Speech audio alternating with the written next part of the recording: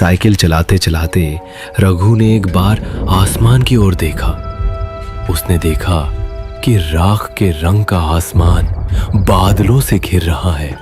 चारों ओर की हवा जैसे थम गई हो। उसे समझ में आ गया कि तूफान आने वाला है, लेकिन कुसुमपुर पहुंचना अभी भी बहुत दूर था। रघु ने पैडल पर जोर से दबाव डाला, लेकिन वो ज्यादा दूर तक जा नहीं पाया।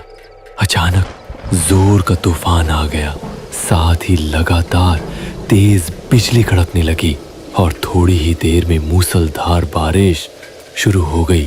सामने का रास्ता बारिश की परत में छिप गया।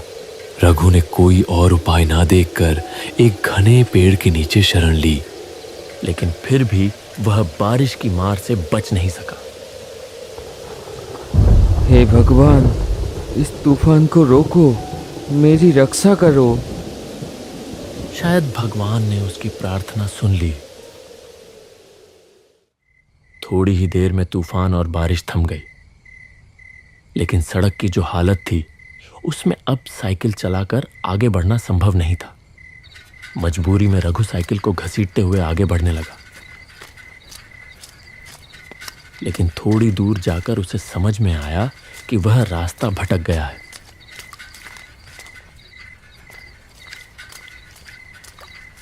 यह रास्ता कुसुमपुर का नहीं है।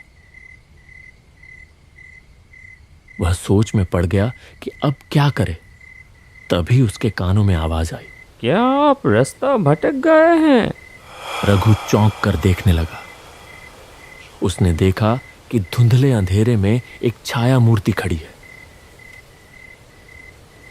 कौन हो तुम? मैं रतन हूँ बाबू। लगता है आप रास्ता भटक गए हैं।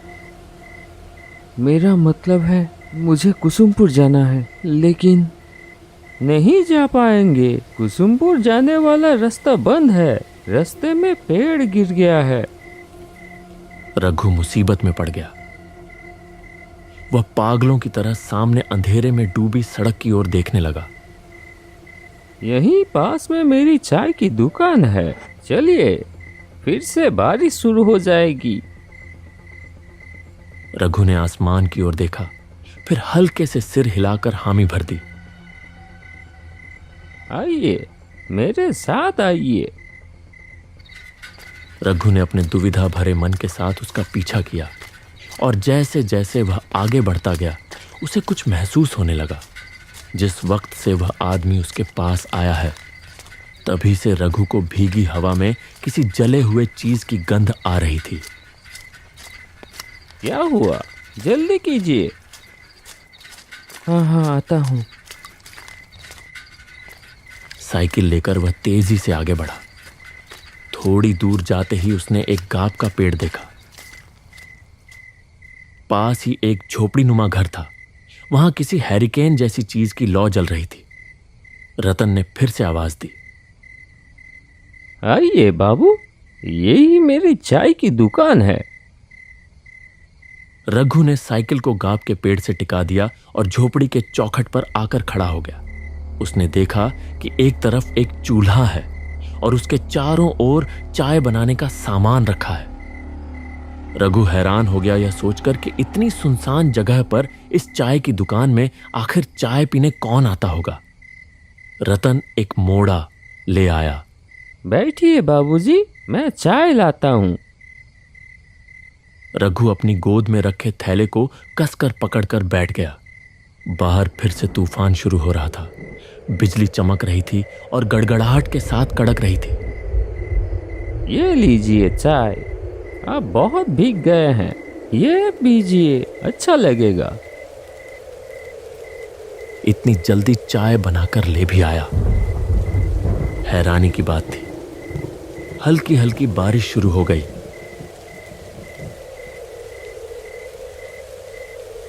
रघु चाय की चुस्की लेते लेते पूछ ही बैठा, यहाँ चाय पीने कौन आता है? मतलब इतनी सुनसान जगह में। पहले कुछ दूरी पर एक बस स्टैंड था, तब लोग आया करते थे। और अब आप जैसे कोई कोई आता है। उस आदमी की बातों में क्या था कौन जाने, लेकिन रघु का सीना एकदम से सिहर उठा। उसने कुछ असहजता के साथ चाय की एक चुस्की ली। आप चाय पीजिए। आज रात आप नहीं जा पाएंगे बाबूजी। रात को यहीं रुकना पड़ेगा। रघु ने देखा कि बारिश की बूंदें अब और भी तेज हो गई हैं। तूफान की रफ्तार भी काफी बढ़ गई है। बिजली लगातार गिर रही है। लेकिन एक चीज देखकर उसे बहुत हैरानी हुई। इतनी तेज आंधी के बावजूद हैरिकेन की लौ जरा भी नहीं हिल रही थी। न जाने क्यों रघु को लगने लगा कि उसके चारों ओर जो कुछ भी है वह सच नहीं है, जैसे कोई जाल है जो चुपचाप उसे अपने भीतर लपेट रहा हो। बैग में रखे हुए इतने सारे पैसे, उसका सीना एक बार फिर धक धक करने लगा। जब बारिश थमी तब तक रात काफी बीत चुकी थी। खाना पीना कुछ देर पहले ही निपट चुका था। रतन दहलीज पर रघु के लिए बिस्तर लगाते हुए बोला, कहाँ गई झूमर? बाबू को पान नहीं दिया? आइए बाबू, यहाँ लेट जाइए। डरने की कोई बात नहीं है, मैं और झूमर तो हैं ही। रघु ने हल्के से सिर तो हिलाया, लेकिन उसके सीने में एक बार फिर से टीस सी उठी, जैसे उसकी छाती के भीतर कोई धीरे धीरे उसे कुछ समझाने की कोशिश कर रहा हो। जैसे ही नूपुर की झंझनाहट कानों में पड़ी, वह हल्के से चौंक कर देखने लगा। झूमर धीमे कदमों से आगे बढ़ रही थी। उसकी आंखों में जैसे कोई खास इशारा था जो उसने रतन की ओर किया। रतन ने भी जरा सा गर्दन हिलाकर कुछ जताया। यह बात रघु की नजरों से छुपी नहीं रही। लीजिए बाबू, पान। पान? मेरा मतलब है खाइए खाइए। झूमर के हाथ के पान खा के आप जिंदगी भर नहीं भूल पाएंगे। रघु कांपते हाथों से पान उठाने ही वाला था कि एक तीखी सड़ी सी गंध उसकी नाक में आ लगी। कुछ वैसी ही गंध जैसी कच्चे खून की होती है। अचानक आई एक तेज हवा के झोंके से झूमर के सिर की ओढ़नी सरक गई, और जो दृश्य रघु ने देखा उसे देखकर उसका खून जैसे जम ही गया। झूमर के गले पर खून की एक लकीर थी। वहां से एक पतली धार बह रही थी। झूमर ने तेजी से अपनी ओढ़नी ठीक की और पलक झपकते ही गायब हो गई। रघु ने जैसे मशीन की तरह पान को मुंह में डाल लिया।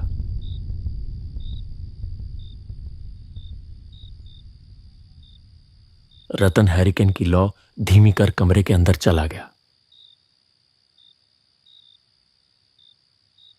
रघु एक अजीब सी घबराहट और बेचैनी लेकर लेट गया। रात गहरी और शांत थी। केवल झिंगुरों की आवाज उस सन्नाटे को तोड़ रही थी। पास के किसी झाड़ी से एक भूखा सियार चीख उठा।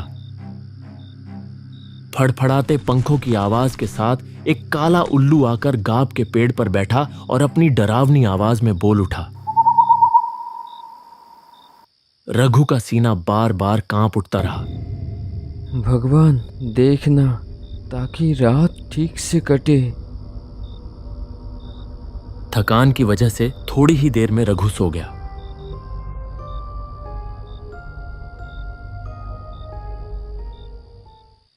अचानक एक डरावनी चीख चारों ओर गूंज उठी।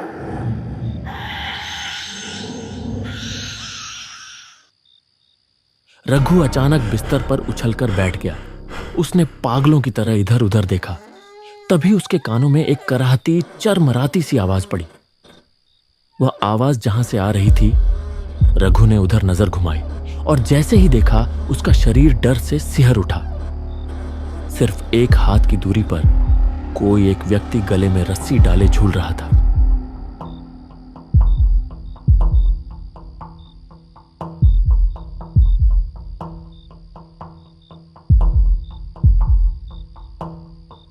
क्या हुआ बाबूजी? कोई बुरा सपना देख लिया क्या? रघु ने देखा कि झोपड़ी के सामने जो आंगन जैसी जगह है, वहां एक लगभग टूटे झुके बांस के मचान पर रतन बैठा है। उसने एक बार फिर धीरे से गर्दन घुमाकर उस ओर देखा, जहां कुछ देर पहले कोई गले में रस्सी डालकर झूल रहा था। लेकिन यह क्या, वहां अब कुछ भी नहीं था। क्या ढूंढ रहे हैं बाबूजी? कुछ नहीं है, वो सब बुरा सपना है। तुम इतनी रात को बाहर क्यों हो? बहुत गर्मी है, इसलिए बाहर की हवा लेने आया हूँ। आप भी आइए ना। रघु समझ गया कि उसका शरीर पसीने से तरबतर हो चुका है, इसलिए वह बिस्तर छोड़कर मचान की ओर बढ़ गया। भीतर दबा एक अजीब सा असहज भाव लिए वह रतन के पास जाकर बैठ गया। तभी कहीं पास से एक निशाचर पक्षी तीखी आवाज में चिल्ला उठा। उस एक चीख ने पल भर के लिए फैली खामोशी को चकनाचूर कर दिया। इतनी गर्मी है, अब नींद आएगी ही नहीं। ऊपर से सपने में आप क्या कुछ देख रहे हैं। इससे अच्छा मैं आपको एक कहानी सुनाता हूँ। 3 साल पहले की बात है। ऐसा ही एक चाय और नाश्ते का दुकान था उसका। सब कुछ ठीक ही चल रहा था, लेकिन इंसान अकेले कब तक रह सकता है। इसलिए उसने शादी कर ली किसी दूसरी गांव की एक लड़की से। उस लड़की को एक नज़र देखते ही नज़र ठहर जाती थी। बहुत लोग कानों कानों में फुसफुसाते रहे, ये तो जैसे गोबर में कमल का फूल होगा तो उसके चाहने वाले भी होंगे। खैर, दुकान में भीड़ बढ़ने लगी और उसकी बीवी ने भी हाथ बटाना शुरू कर दिया। उसकी चाय की दुकान में शंकर रोज चाय पीने आने लगा। एक कप चाय पीता था, लेकिन 1.5-2 घंटे तक बैठा रहता। उसकी बीवी की तरफ उसका नजर है, ये समझ में आ रही थी उस आदमी को। लेकिन नई दुल्हन के बारे में ऐसा कुछ सोचने को उसका मन नहीं मान रहा था। इतनी सुंदर पत्नी के बारे में कोई आदमी कैसे सोच सकता है ये सब? वो आदमी भी नहीं सोच सका। ऐसे ही दिन कट रहे थे। एक दिन दोपहर के बाद वो बाजार जाने के लिए निकला। मैं चलता हूँ, आखिरी बस में लौटूंगा। शाम को दुकान खोलने की जरूरत नहीं है। अच्छा ठीक है, अच्छे से जाना। बाजार में खरीदारी करते करते वो समझ गया कि तूफान आने वाली है, इसलिए जल्दी सामान लेकर वो पहली वाली बस पकड़ ली।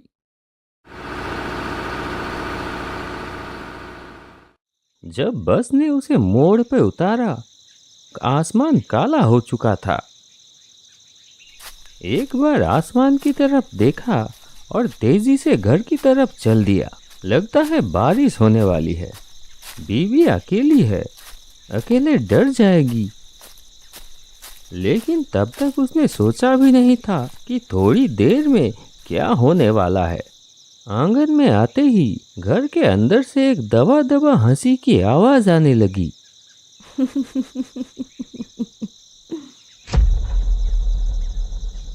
एक पल के लिए वो ठिठक गया। दरवाजे की तरफ ना जाकर वो खिड़की की तरफ बढ़ा। खिड़की से अंदर झांका। घर की मध्यम रोशनी में जो उसने देखा, उससे उसके शरीर में जैसे बिजली दौड़ गई। बिस्तर पर शंकर लेटा हुआ था और उसकी बीवी उसके सीने पर आधी लेटी हुई धीरे धीरे हंस रही है। हाथ से बैग गिर गया। बीवी के लिए लाया हुआ चूड़ियां भी जमीन पे गिर के टूट गई। कौन? शंकर दौड़ते हुए बाहर आ गया। उस आदमी को देखते ही वो हक्का बक्का रह गया। आप तो बोले थे आखिरी बस पे। बात खत्म भी नहीं हुई थी। एक तेज धार वाली चीज से एक झटके में वो अपनी पत्नी की गर्दन पर वार कर दिया। फव्वारे की तरह खून निकल आया। पत्नी अपनी गर्दन पकड़ लिया और जमीन पर गिर पड़ी और उसका शरीर बार बार झटका खाकर स्थिर हो गया। शंकर अब तक पत्थर की तरह खड़ा था। अब वो भी हाथ जोड़कर माफी मांगने की कोशिश करने लगा। वो आदमी धारदार चीज हाथ से फेंककर शंकर को बालों की मुट्ठी से पकड़ लिया और घसीटते हुए ले चला। शंकर पूरी ताकत से भागने की कोशिश करता रहा। गुस्से में शंकर को जमीन पर पटक दिया। फिर बांस की छत से लटक रही रस्सी को खींचकर शंकर की गर्दन में फांसी की तरह डाल दिया और दोनों हाथों से रस्सी के छोर को खींचने लगा। शंकर के मुंह से दम घुटने की आवाज निकलने लगी। उसकी आंखें बाहर की तरफ निकल पड़ी। तड़पते तड़पते उसका शरीर धीरे धीरे शांत हो गया। वो आदमी पागल की तरह अपनी पत्नी के खून से लथपथ शरीर को घूरता रहा। फिर गला फाड़कर चीख पड़ा,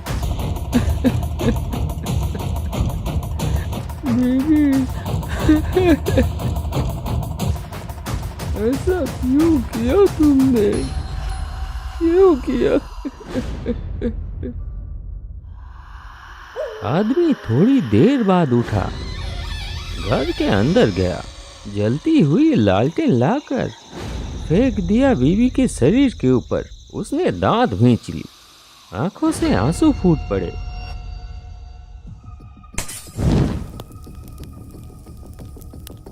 कड़कती आवाज के साथ बिजली गिरी। तेज आंधी ने आग को पूरे झोपड़े में फैला दिया। धधकती आग में वो आदमी भी जलने लगा, एक भयानक मृत्यु चीख के साथ। रघु जैसे किसी गहरे सम्मोहन में डूब गया था। जाइए बाबू, तैयार हो जाइए, थोड़ी देर में सुबह हो जाएगी और हमें भी तो जाना होगा।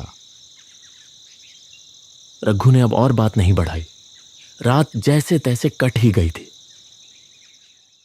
वह जल्दी जल्दी तैयार हो गया, फिर दरवाजे में हल्के से दस्तक दी।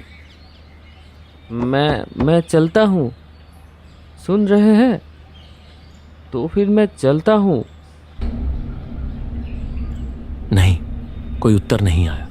एक पल के लिए रघु रुका और सोचा। फिर गाब के पेड़ से टिकाकर रखी हुई अपनी साइकिल उठाई और बाहर निकल गया। न जाने कहाँ गए। लौटते वक्त एक बार मिलकर जाऊंगा। लेकिन कुछ दूर जाते ही रघु को याद आया कि वह लापरवाही में पैसों का बैग वहीं भूल आया है। वह तुरंत साइकिल घुमाकर वापस उसी जगह लौट आया। लेकिन यह क्या हालत! वो झोपड़ी कहाँ गई? वहां तो अब सिर्फ एक अज्जली झोपड़ी का ढांचा पड़ा हुआ था। तो क्या रतन ने जो कहानी कल सुनाई थी वो? आप शायद ये ढूंढ रहे हैं। रघु तेजी से पलटा, देखा उसका पैसों वाला बैग। कौन हो तुम? मैं झूठ। तेज हवा के झोंके से ओढ़नी हट गई। वही सड़ी सी तीखी गंध फिर से उसकी नाक में आ लगी। रघु की आंखों के सामने प्रकट हुआ एक औरत का भयावह खून से सना चेहरा। रघु होश खो बैठा और साइकिल समेत वहीं सड़क पर गिर पड़ा।